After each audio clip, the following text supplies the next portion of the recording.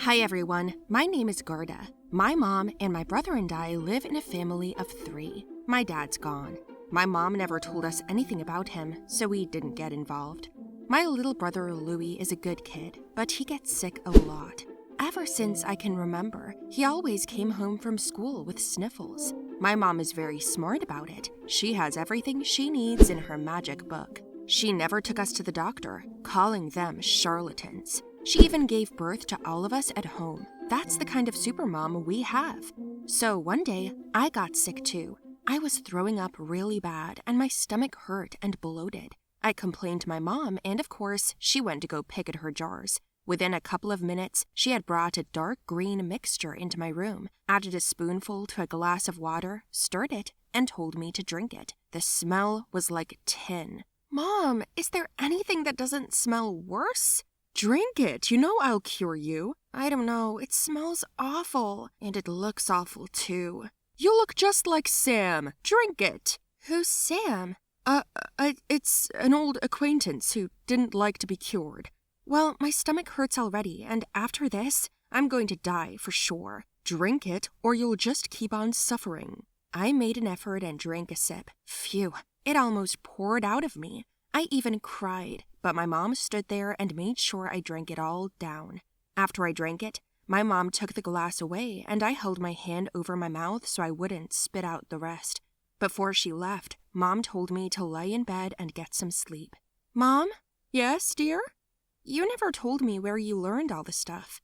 Why are you so interested all of a sudden? Well, yesterday at school, Lola got sick and our nurse gave her a tummy pill. She was fine right away. Are you questioning my methods? No, it's just interesting. The nurse said that medicine is a complicated science and she studied for years before she started practicing.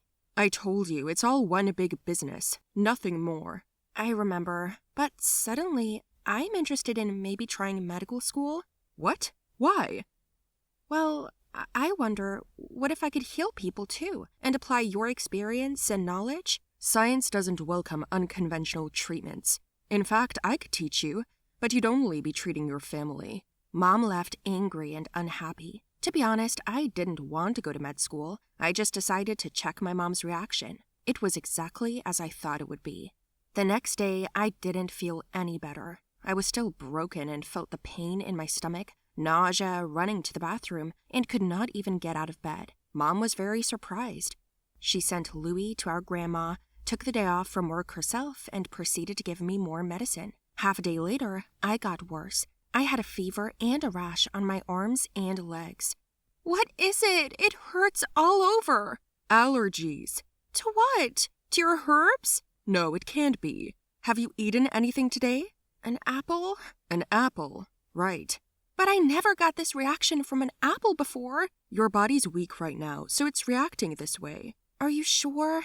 Yes. Now wait, I'll make you some more medicine. Maybe don't?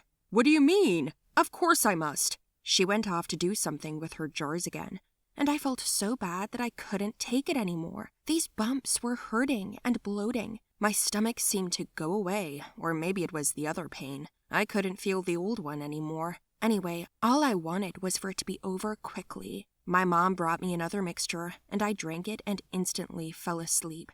I don't even remember how. Mom woke me up. I was still shattered, feeling the burning and pain again. Mom said that I had slept for 24 hours, but the pain hadn't lessened. I lifted my pajamas and saw that the bumps had reached my stomach and chest. Then Louie came into my room. Are you dying? I replied that I hadn't planned to at all, but my body thought otherwise. Mom, let's call an ambulance. No ambulance. It's okay. I'll cure you. Can't you see I've gotten worse? In addition to my stomach, now all this? I'm in pain, Mom. Just give me some painkillers. How do you know about such medicine? I once took one at school. They gave it to me at the nurse's station when I had a headache, and I felt fine afterward. I didn't have to drink anything stinky and bitter. Oh, yeah? So all I do for you is something smelly and bitter? Mom, not now. You're like Sam. Who's Sam? You talk about him too much. Mom cried. I regretted even asking, but then she did tell me something awful. You know, I'd expected anything but this story. It turned out that my mom's first child wasn't me, but Sam.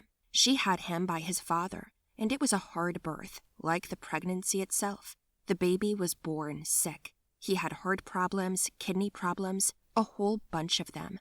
My parents spent a lot of time running to and from hospitals, and it took their entire salary to treat them.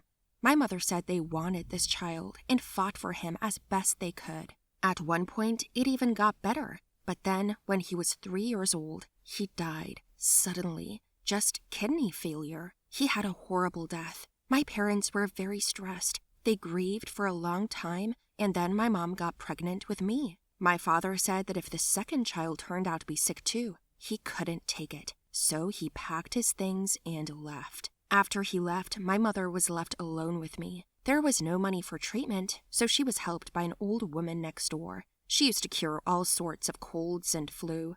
My mother was interested in her methods. She taught my mother everything she knew. She passed on her knowledge before she died. So that's how my mother took care of me. A few years later, she met a man, fell in love, and had Louie. But for some reason, he left her too, although Louie had never been so sick. So the next day, my mother had to go to work. I stayed home alone, and the bumps turned into blisters, bursting and itching and bleeding terribly. I somehow got out of bed to brush my teeth, and my mouth was bleeding. I was thirsty, so I went to the kitchen, at which point someone called. I remember opening the door and falling. That was it. Then, darkness.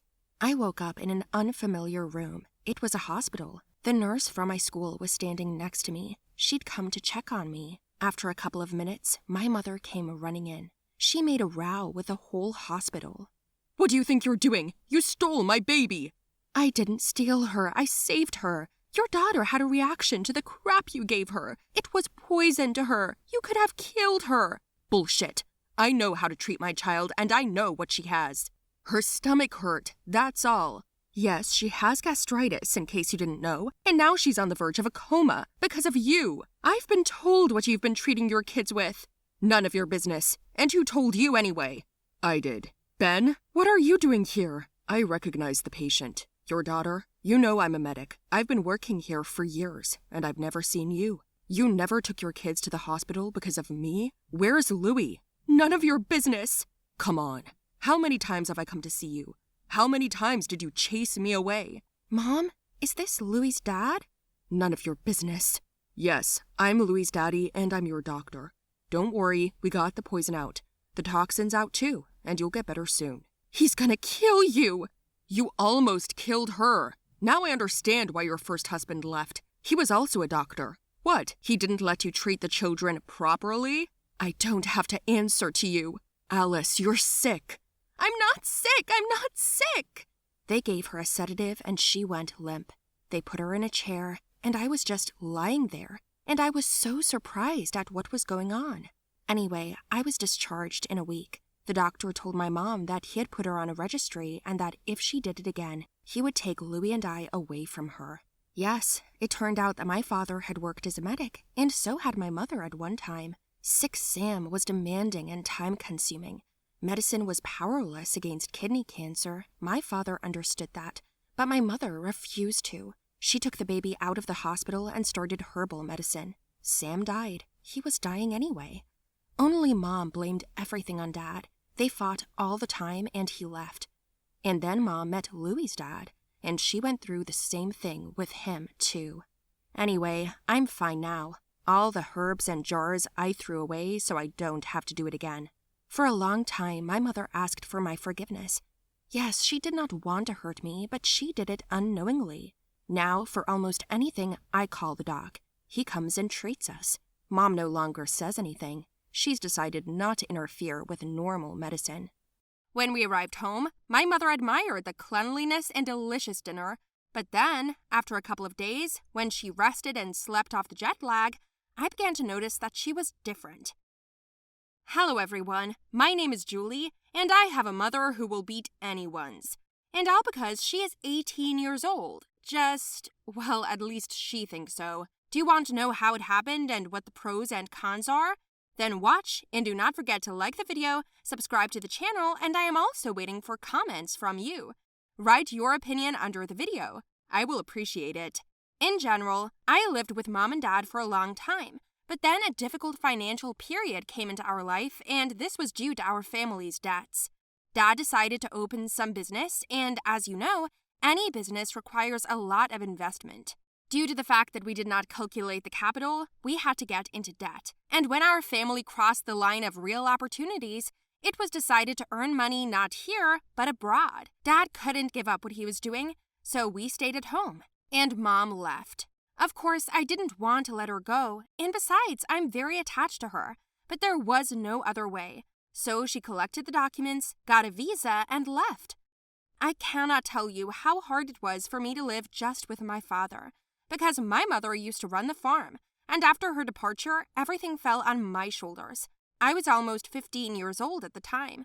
I didn't really know how to cook, wash, or clean, but I had to learn quickly, so I pulled myself together and started everything from scratch on my own.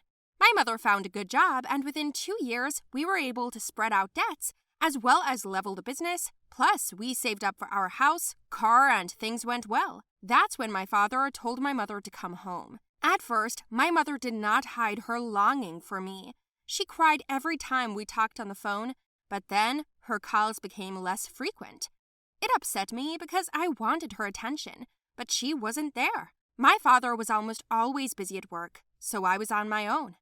After school, I came home and did household chores. I didn't have time to go out with friends.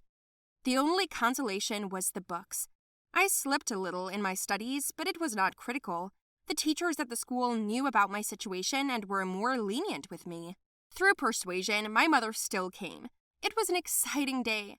We went to the airport to meet my mother. My father bought a large bouquet of her favorite flowers, and I cooked a turkey in the oven. But already at the airport, I noticed that my mother was not the same person. The woman standing in front of us with a suitcase was not the woman we knew. Previously, my mother dressed more appropriately for her age.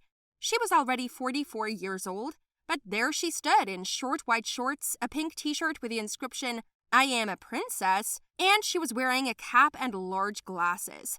I was surprised, but my dad and I decided it was just clothes, nothing more. We were wrong. All the way home, my mother talked about the city where she worked, about its beauty and the people.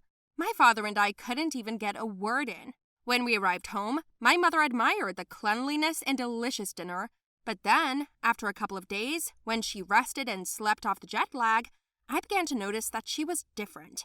First thing in the morning, my mother did not make breakfast, as before.